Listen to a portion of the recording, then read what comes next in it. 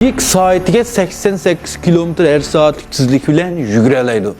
Endi bu yerdagi shir bo'lsa, oran soatiga 58 km/lik surat bilan yuguralaydi. Biroq kiyik doim shirning mazlik o'ljisiga aylanib ketadi. Endi bu masalani biz fizik nuqtasidan tahlil qilsak, shirning kiyikni tutib olishi asla mumkin emas. Çünkü bu yerdagi kiyikning tezligi yuqori, shirning osti bo'lganki, oraliqdagi musofa bag'anch uzrab ketish kerakdi. Biroq tabiat dunyosi unda bo'lmaydi. Nima uchun?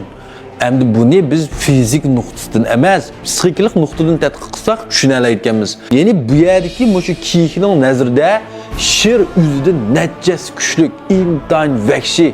Buning tezligi kiyikdan yuqori. Shir chuqur kiyikni yechib oldi, buni tutib oldi, yeb ketdi. Kiyikda mushundaq bir qo'rqinish bor. Shuning uchun u qochib ketmaganda oldi qarab qochmay, to'xtamay kayni qaraydi. Voy kelganmidi? Voy tutib olganmidi? Voy oz qolganmidi deb.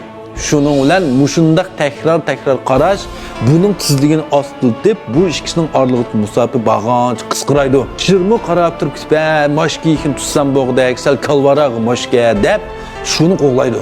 Endi bu tabiat dunyosida mushundaq qilishganda bizning ijtimoiy dunyomizdami, bizmi dal mushundaq. Bizning hayotimizdami bizning kayniga tortib, ostiltib, olg'a ilgirlash yo'limizni to'sib qo'ydig'ini, hargizmi oldimizda uchrayotgan tog'dek qiyinchilik emas, balki bizning kaynimizni qilib qolgan o'tmishimizdagi mag'lubiyatimiz, o'tmishimizdagi g'am, andishlarimiz, tushkunligimiz. Ya'ni ma'lum bir ishni boshlagan vaqtning o'zida har qanday bir odamning ko'nglida "Ey, qila olaman, bu ishni qanday qila" deb o'ylaymiz, bu normal ahvol.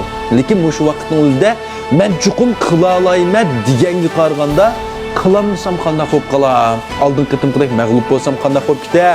Opam dadam ko'tildab, yana qanday tillab ketar?